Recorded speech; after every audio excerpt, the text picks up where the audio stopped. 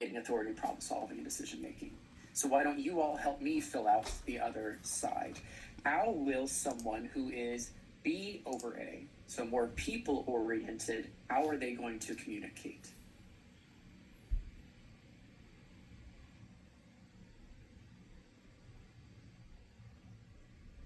They're sociable. Mm-hmm. And they delegate. Hang on, let's communicating. So communicating, they'll be sociable and persuasive. Empathetic, social, and probably even persuasive because they want to bring people along with them. Yes. How about delegating authority? They will delegate. Easily. Yeah. Will they delegate the whole task, or do they delegate according to like the 5 levels of delegation? I would say it depends. Yeah, on what it is. It depends on the person, depends on the situation. But because they are people-oriented in their approach and more collaborative, they don't have to control everything. So they're going to delegate pretty easily. How about problem solving?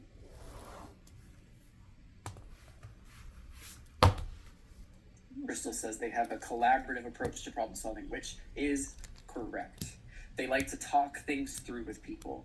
They like to check in with everybody. What do you think about this? So when they problem solve as a team, it's going to be as a team. Great. And finally, how do they make decisions? Yes. People-focused, consensus-led. What do you all think? In the chat, tell me, are you A over B or B over A?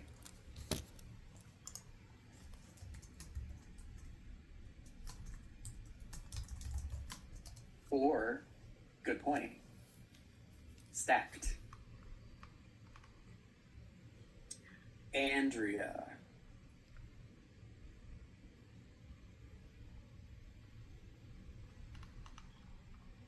Can we talk about yours?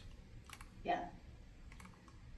So I am, let me make sure I wrote it right, but low A over B on the same side of the midpoint. Oh, but you are A over B, but they're both low. They're both low. Oh, okay, cool. I misinterpreted it. So, okay. Awesome. So you're a task-oriented person, but they are both on the lower side. Yes. Okay. Awesome. Is everyone getting this? Cool. Because this is important. I know it said that we were supposed to do the read back earlier. This is the stuff. This is the good stuff. This is what I would use to tell that person. I'm going to start with their widest factor combination, because just saying, oh yeah, you're really driven by your dominance and you're not very driven by your extroversion. Like, okay, but what does that mean? Ooh, you are a very task-oriented person. When you speak to people, you are probably pretty direct and to the point. Or you're a very people-oriented person. I'm guessing that you have a very consensus-led approach to your team. Very collaborative. You like to talk things through with people. Like, this is the stuff that I think means a lot more to people. And it really enriches the read back. Any questions on the A-B factor combination?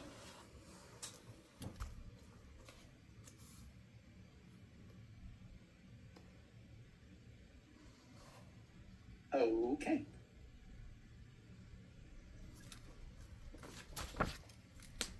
Oh, there is a place for you to be filling this stuff in. In your workbook on page, well, who knows which page? For me, it's 29, but it says factor combinations at the very top. 25, thank you, Chris. There is a section for you to be able to look at your pattern and fill in,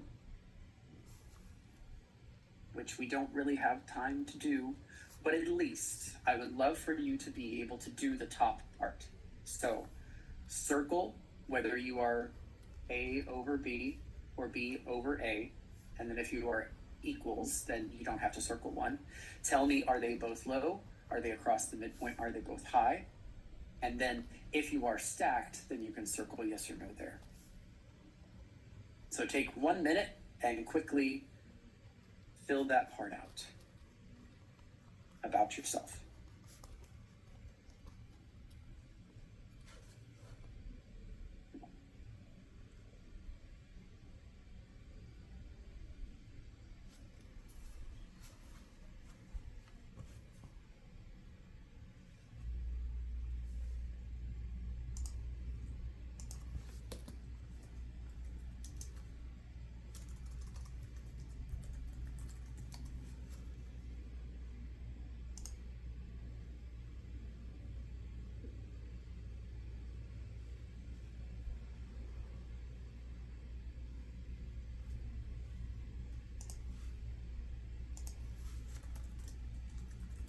All right, let's keep going.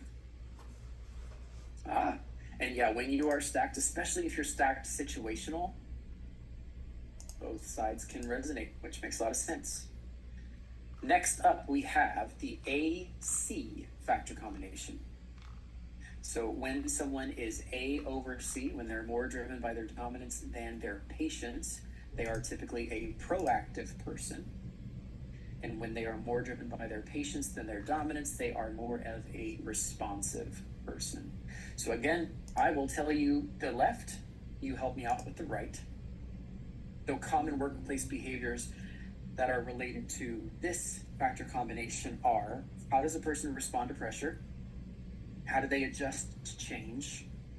What is their approach to taking action? And how do they gather information? So someone who is, and again, this is on page 9 in your workshop companion, someone who is on the more proactive side of things is going to thrive under pressure. They typically have a pretty positive response to pressure and deadlines.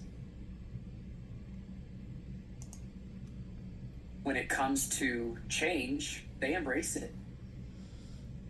They might even be considered a change agent within an organization. Because they are so comfortable and need variety, change comes easily to them.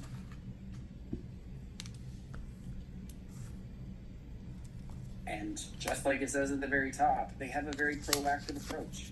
Get stuff done. Move on to the next. Decisive action taking, even if it may not be right. And when it comes to gathering information, they ask questions proactively. Even if details aren't necessarily their favorite thing, because this is specific to the dominance and patience, it's all about proactivity. So you all help me fill out the other side. Either in the chat, raise your hand, whatever you would prefer. But let's take a look at a C over A person. So a responsive person, how do they respond to pressure? Andrea says tentative and with caution, which is, correct. Pressure, not their favorite thing.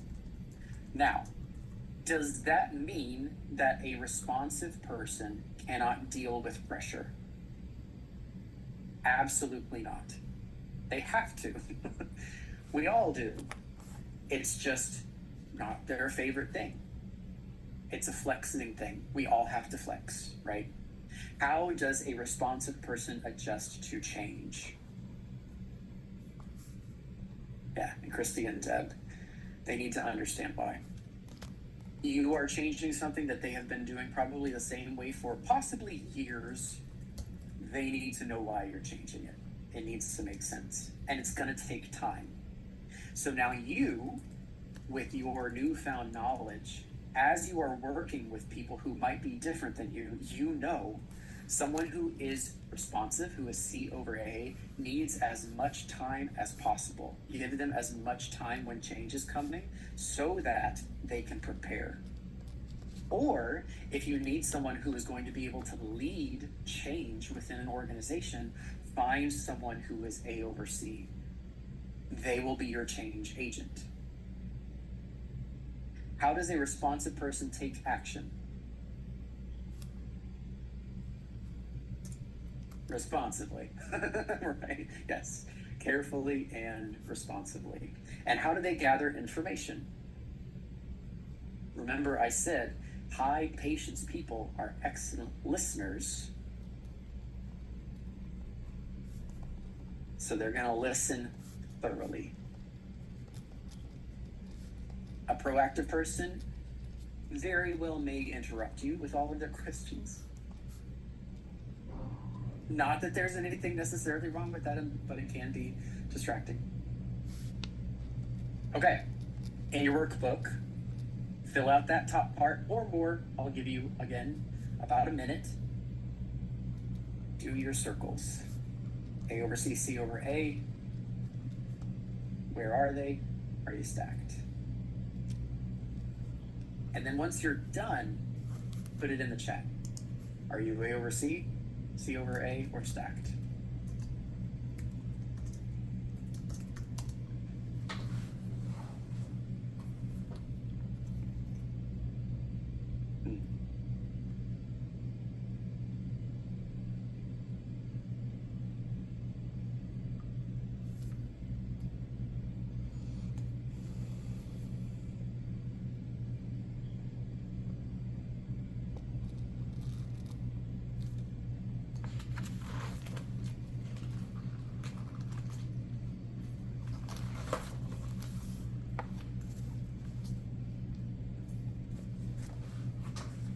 We got a good mix.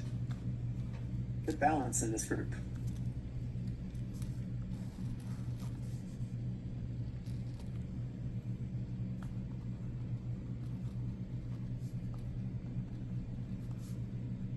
Curtis, I have a question. Yeah. So even though my A is greater than my C, I'm not considered stacked, right? Because it would be the B and the C that's stacked. Is that accurate? Yeah, that Okay. is correct. Okay, I mean, thank you. with an adapter, it really does all kind of depend. But your A is, I mean, noticeably higher Okay. for you, and for anybody that is doing a readback with an adapter. I would ask a lot of questions because it is so situational. I would put it back on them a lot and say, hey, so this tells me that it really depends on the situation. Right. In some situations you may be this, in some situations you may be that. Which of these do you resonate with more? Which sounds Okay. more like you? And then the answer may be it really is all situational. It depends. But in some cases people are going to resonate a little bit more one way than the other. Okay, thank you. Yeah, Victoria. Yes, I had a quick question. So for mine, my C is higher than my A, but my C is directly on the midpoint line, I guess. But my A is more on the low side. Mhm. But it's still like I'm an adapter, so it's still very close to the midpoint line. Yeah. But I'm like, would I consider that like both low? If my C is on the line, my A is slightly to the low side, like very slightly away from the midpoint line? Or would Yeah. I still consider that across the midpoint? That's the fun part. So I would say in that specific scenario, or in a situation that is similar to that, I would look at both the cross the midpoint and both low and see which resonates more. Or maybe there's a little bit from both, and I would just pull them. Like if you were to fill out that bottom part as you are deciding for yourself, like how do I respond to pressure? How do I adapt to change? I would look at those pieces and kind of meld them together, especially when you, and do the same if you were doing a readback for someone to give them the options. And there's a lot of may there, you know, you may feel this way, you may do that because it is situational, but yeah. Does that make sense? Yes, it does. Thank you. Cool. All right. One more of the really important factor combinations is the AD factor combination. This is all about risk. And hopefully you can understand why understanding someone's risk orientation will tell you a lot about how they make decisions and how they are going to deal with rules and process. So someone who is A over D is more comfortable when it comes to risk. Risk, as I mentioned before, is an opportunity. Chaos is a ladder. So this really comes from the fact that the formality factor is so low because, you know, freedom, flexibility, and I like things done my way. So we're going to do it. We're going to break it. We're going to try something new. We're going to take that risk. When it comes to decisions, someone who is A over D makes decisions quickly because if they make a mistake, whatever. Right? Risk is whatever. What is it? Nothing wagered, nothing gained, something like that. That's kind of their approach. Someone who is more comfortable with taking risks, rules are just a suggestion. Who needs a book? Let's just toss it out the window. And usually, I don't know if I always agree with this, but this product says someone who is comfortable with risk is typically going to be more of a generalist. So they're going to know a little about a lot. Their breadth of knowledge is expansive, but not super deep. How about the other side? D over A. What is their perception of risk?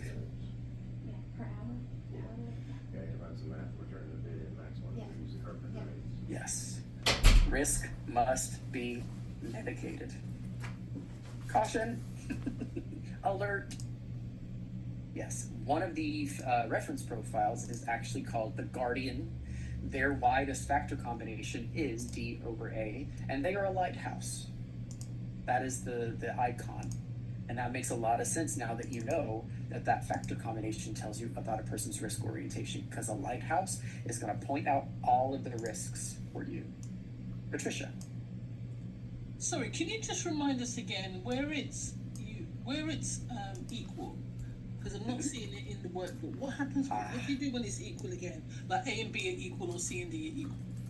So generally, when two things are equal, you're going to be pulling from both sides, because it all depends on the situation. Though I'm going to very quickly go all the way back to here. Okay, so remember there's this line down the middle because you've got one versus the other. Then you also have these other lines. So if both are stacked, depending on if they're both low or crossing the midpoint, then you're going to pull from both of those sections.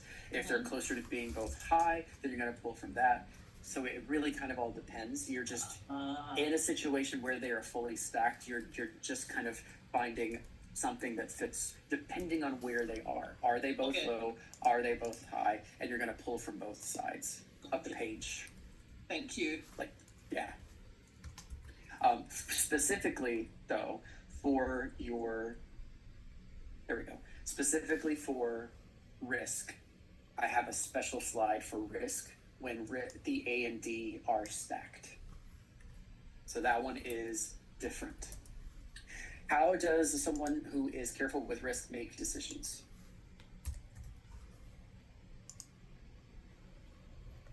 Carefully. Yes. With caution.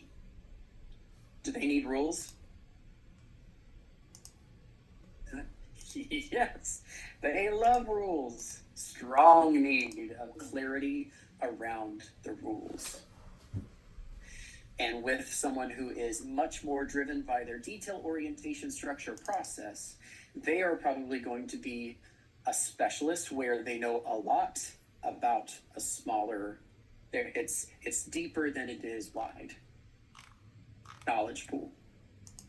Unless you have a know-it-all like me, and then you know a lot about it, none of it is important. That's how I've lived my life. I know the most senseless, useless trivia. This one is special because you can imagine dominance and formality like your gas pedal and your brake pedal. On the right, you have the gas. That is like a high dominance, or that is your dominance. You want to drive, you want to go, you want to do, move ideas and projects to completion, control the decision. And then you've got foot on the brake, high D. We got to slow down. Let me think about this. There are rules that have to be followed. There are details that are important. Cross the T's, dot the I's. So has anyone ever driven with a foot on the gas and a foot on the brake? Where do you go? Nowhere, and you ruin your car. That's the thing.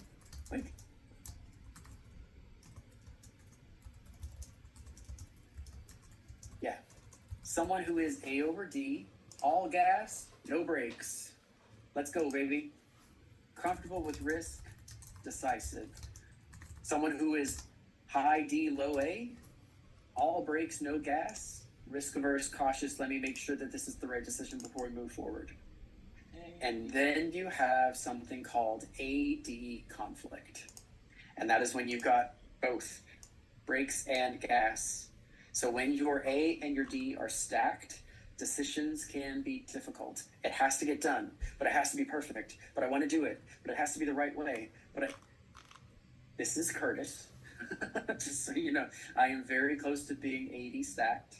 There's actually a reference profile that has this specifically that is called the analyzer. I don't know that we have any analyzers here, but controllers, analyzers, and I think maybe one or two other reference profiles can typically have what is called the AD conflict. So when you see this show up in someone, just know that they have both drive to control the decision and a high drive to do it the correct way. And it can easily result in something called analysis paralysis.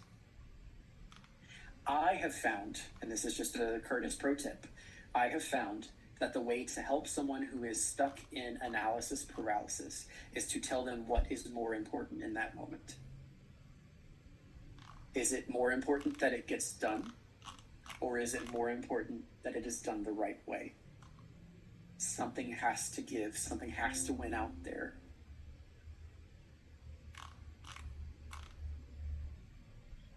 If you haven't already, go ahead and fill out your risk portion of your factor combinations and then pop it in the chat.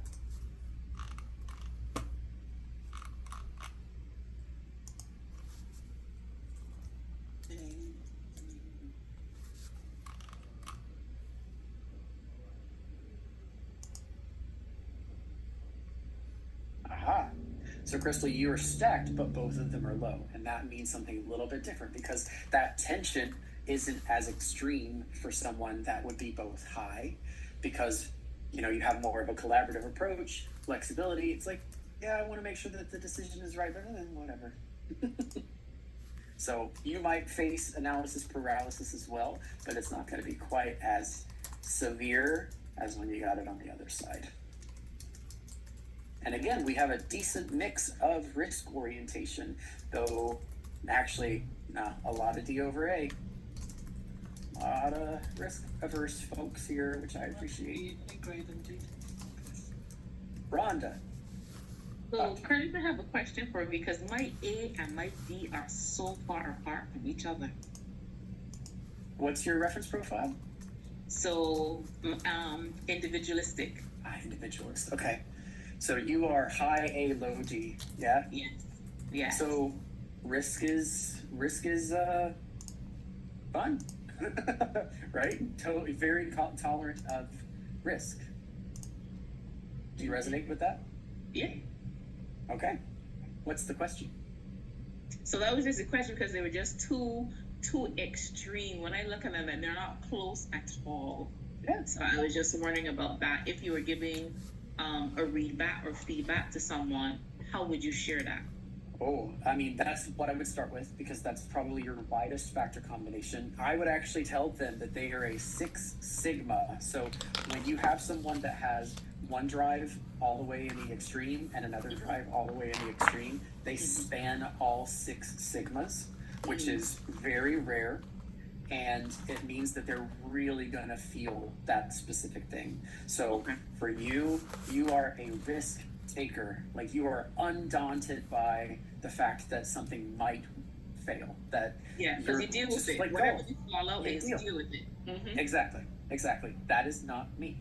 That is not a lot of the people here. So by starting with that thing, the thing that they feel the most, it's almost like we call it the big sexy hook. It's the thing that gets them. And once they're like, oh yeah, that's totally me, then you have more room to play. You have more ability to be like, so let's talk more about you and like let's learn a little bit more about you. But starting with that, the widest factor combination is the thing that's really gonna get them. Okay. Yeah. Vicky says A's on the midpoint, D is moderately high. So you are D over A, and you're probably pulling from both, crossing the midpoint section and also the high, both high.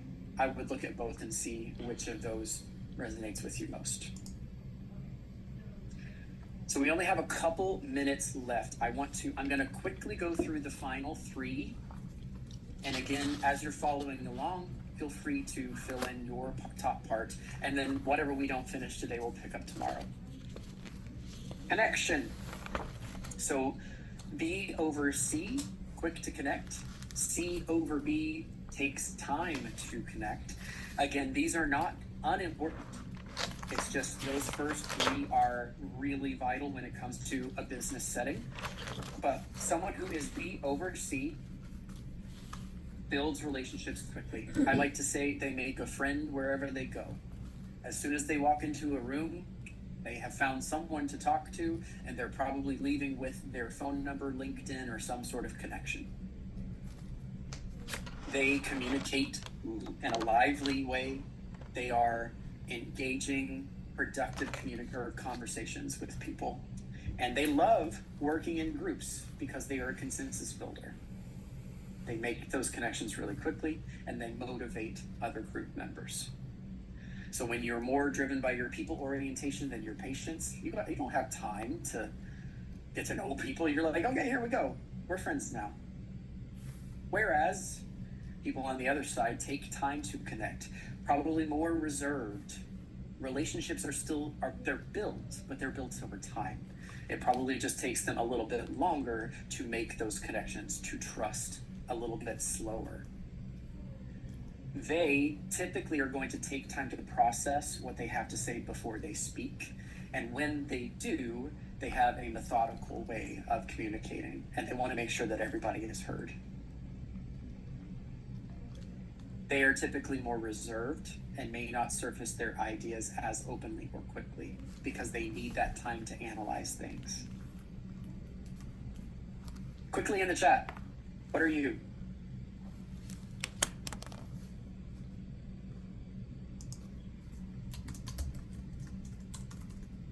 B over C, C over B, B over C, B over C, C over B, B and C. Again, decent mix. Very impressive. B and D tells us about interaction. So is someone more informal in their approach or more formal? People who are more driven by their extroversion and less driven by their formality think big picture. They talk at a high level in general terms about things because they're not as focused on the details. Let someone else deal with that. I'm talking to the people. They share everything that comes to mind. It's just, there's no filter, just straight out. They process out loud, and those ideas are probably not fully baked. They bake their ideas by communicating with people. And when it comes to delegation, they're quick to trust because it's like, if it doesn't work, it doesn't work. So they'll delegate those details really easily. So they have a very informal approach.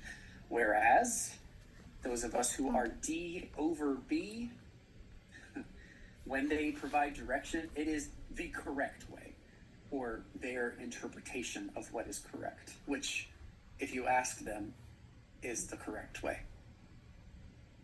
They are probably selective when it comes to the ideas that they share because they want to be factual. So they're only going to share the things that they have vetted themselves and they know to be true. And when they delegate, they will provide a ton of structure. They may come across as a little bit micromanaging because they are so specific about the way that things must be done, because it takes time to trust other people that they're going to live up to their standards. And finally, I know I'm rushing, but we'll recap all of this tomorrow. C and D, my favorite. Are you more casual or careful when it comes to rules? Someone who is more driven by their patience and less by their formality? Who needs rules? General guidelines, if that. They have a very relaxed approach. Structure is just a guide. People who are more driven by their patience and less than their formality are much more comfortable when it comes to ambiguity.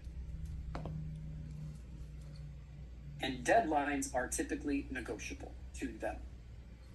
They may not hit them, but they will definitely persevere until they achieve the results that they were looking for. Whereas those of us who are D over C, rules are here to be followed. We need structure. We work best in structure. And we view deadlines as rigid.